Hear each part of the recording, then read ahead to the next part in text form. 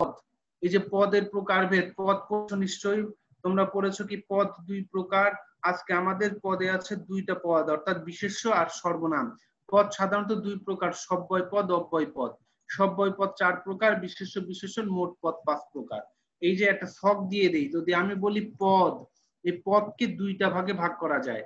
একটাকে আমি যদি বলি সব্যয়, আর একটা বলা হয় অব্যয়। অব্যয় মানে কি, যার কোনো ব্যয় হয় না, আর সব্যয় মানে যার ব্যয় হয়।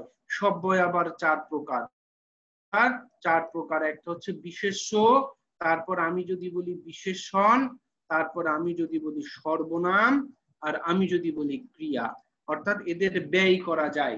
অব্যয় কাকে বলে? অব্যয় বলি ও, আমি যদি বলি এবং, এদেরকে কি কখনো ভাঙা যাবে? ব্যয় মানে কি পরিবর্তন। হ্যাঁ নরসিং ভালো করে তাকাও, এই দেখো অব্যয় কি ও এবং, আমি যদি বলি কিন্তু, এই এদেরকে কি কখনো ভাঙা যাবে? রানা, কিন্তু ও এবং কিন্তু, যথা, কিংবা, এদের কি কখনো ভাঙা যায়? ভাঙা যায় না। কিন্তু সব্যয় বলতে আমি যদি বলি সুমনকে ধরে আনো, এই যে সুমনকে শব্দটা কি ভাঙা যায়? ভাঙা যায়। সব্যয় মানে যার ব্যয় করা যায়, অব্যয় মানে যার ব্যয় হয় না। এই যে সবাই বুঝেছে। আমরা আজকে পড়বো বিশেষ্য পদ আর সর্বনাম পদ। বিশেষ্য পদ দেখো, বিশেষ্য পদ কোনো কিছু নামকে বিশেষ্য পদ বলে। যে পদ কোনো ব্যক্তি, বস্তু, নাম, সমষ্টি, স্থান ইত্যাদি বোঝায় তাকে বিশেষ্য পদ বলে। প্রকারভেদটা দেখো, বিশেষ্য পদ 6 প্রকার। কয় প্রকার? এই 6 প্রকার। নামবাচক বিশেষ্য দেখো কি, ব্যক্তির নাম, ভৌগোলিক স্থান, ভৌগোলিক নাম, গ্রন্থের নাম। এগুলা তো খুব সহজ, ক্লাস 6 থেকে পড়ে আসতেছো। when our class will end, এই যে আর কিছুক্ষণ পরে। ব্যক্তির নাম নজরুল, ওমর, আনিস, মাইকেল। ঢাকা, দিল্লি, লন্ডন, যে দিল্লি এটা হবে দিল্লি, লন্ডন, মক্কা। মেঘনা, হিমালয়। এই যে গীতাঞ্জলি, অগ্নিবীণা, দেশ বিদেশ, নবী, বিশ্বনবী, সোনার তরী, আনন্দমঠ, এগুলা সব বই। হ্যাঁ, অর্থাৎ এখানে কি বলা হবে? এগুলাকে বলা হবে বিশেষ্য। আমি বলি জাতিবাচক বিশেষ্য, দেখো এক জাতীয় প্রাণী বা পদার্থের নাম বোঝালে, যেমন মানুষ জাতি, টোটাল মানুষকে বোঝাচ্ছে। মানুষের আন্ডারে রহিম, করিম, রবীন্দ্রনাথ আছে। গরু, এই গরু সব আছে, গাছ, পাখি, পর্বত, নদী, ইংরেজি একটা জাতিকে বোঝাবে। ঠিক আছে। এই বস্তুবাচক বা দ্রব্যবাচক, এটা তো ভালো, যেটাকে আমরা বলি মেটেরিয়াল নাউন।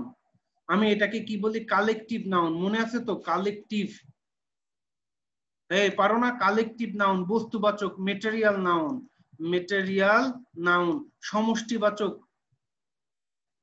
ও সরি, এটা কি কালেকটিভ হবে না, এটা কমন নাউন হবে নাকি? এটা কমন নাউন হবে, এইটা হবে সমষ্টিবাচক বা ব্যক্তি বলতে, এটাকে কালেকটিভ নাউন।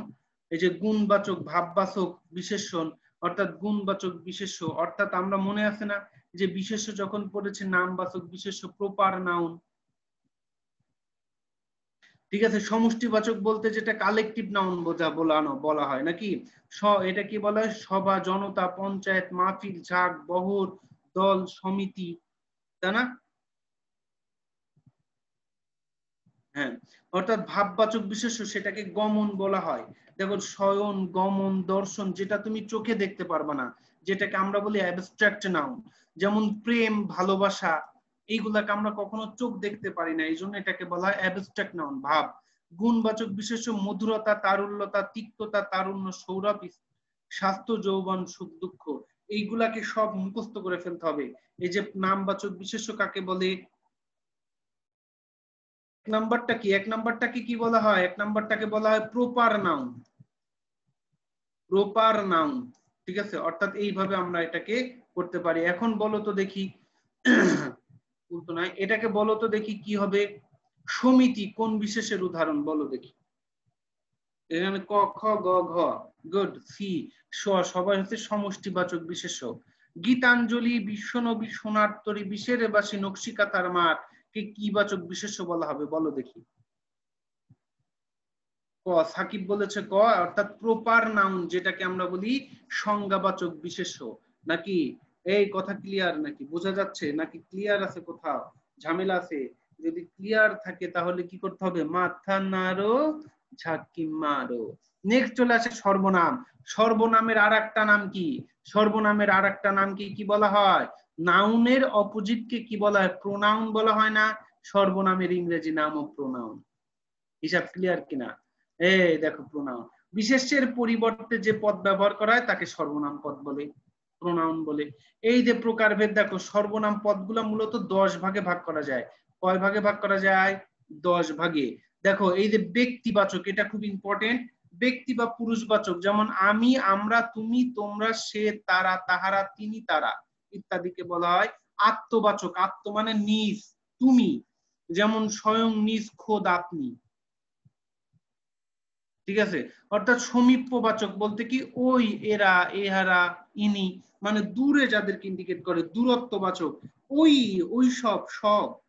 সাকুল্যবাচক মানে কি সব, সকল, সমুদয়, তাবৎ মানে সবগুলা তোমার, অল ইন্ডিকেট। প্রশ্নবাচক কে, কি, কেন, কাহার, কার, কিসে, এগুলা নিজেরা নিজেরা পড়ে নিতে হয়। অনির্দিষ্টতাবাচক কোন, কেহ, কেউ, কিছু। ব্যতিহারিক আপনা আপনি, নিজে নিজে, আপসের, পরস্পর। সংযোগ জ্ঞাপক কি বলতেছে? যে, যিনি, যারা, যাহারা। অন্য দিবাচক কি? অন্য, অপর, পর। এই সমীপ্য মানে কি? সমীপ্য মানে ওই যে আপনার দূরের কাছে। এই যে এটা কি তোমার, মানে কি? মানে যে কোনো একটা জিনিস একটু দূরে, ওই জিনিস, ওই যে তাল গাছ দেখা যায় একটু দূর ইন্ডিকেট করতে সমীপ্য বোঝানো হয়। এখন এই যে সাপেক্ষ সর্বনাম, সাপেক্ষ সর্বনামটা একটু ইম্পর্টেন্ট, এটা ভেরি ভেরি ইম্পর্টেন্ট। এটা থেকে কোশ্চেন আসে কিন্তু। এটা কি বলেছে? আমি তো বললাম খাদিজা। সামীপ্য মানে কি? সাকুল্য মানে কি? সাকুল্য মানে সব। এই যে সাকুল্য মানে কি? সব। এই যে সব, অল, এই যে অল, সাকুল্য মানে সব। দূরত্ব মানে তো একটু বুঝোই। আর কারো কোনো কোনো অনির্দিষ্টতা বাচক, তার কোনো নির্দিষ্টতা নাই। ব্যতিহারিক মানে কি? আপনি, আপনা আপনি, নিজে নিজে, এটাকে বলা হয় ব্যতিহারিক, নিজে নিজে করতে হয়। সংযোগ মানে যেটা সংযোগ করে। অন্য দিবাচক মানে অন্যকে ইন্ডিকেট করে। হ্যাঁ। এই যে সাপেক্ষ মানে কি? সাপেক্ষ মানে যেন তেন, যা তুমি ছাড়া আমি যাব না। দেখো তুমি যদি যাও, আমি যদি বলি তুমি যদি যাও আমিও যাব, এই যে আমিও যাব, অর্থাৎ তোমার উপরে আমার ডিপেন্ড করতেছে। ঠিক আছে। তো দূরত্ব বাচক সব, সব, সব আছে। দূরত্ব, হ্যাঁ, দূর ইন্ডিকেট করবে।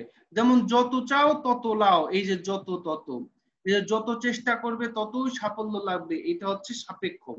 যত বড় মুখ নয় তত বড় কথা, সাপেক্ষ। যত গর্জ তত বর্ষে না, যেই কথা সেই কাজ, যেমন কর্ম তেমন ফল, যেমন বুনল তেমন বাঘাতে তুল, যেমন তেমন, যা দেখো তা সব তোমার। এই যে তা সব তোমার, বলতো এখানে সাপেক্ষ কোনটা? এই যা আর তা। বলতেছে যিনি জ্ঞানী তিনি বুদ্ধিমান, যেমন যিনি জ্ঞানী তিনি বুদ্ধিমান, এই যে তিনি বুদ্ধিমান, এই যে তিনি, তিনি। ঠিক আছে। তো সাপেক্ষর ইংলিশ, সাপেক্ষ মানে অল্টারনেটিভ যেটাকে বলা হয়।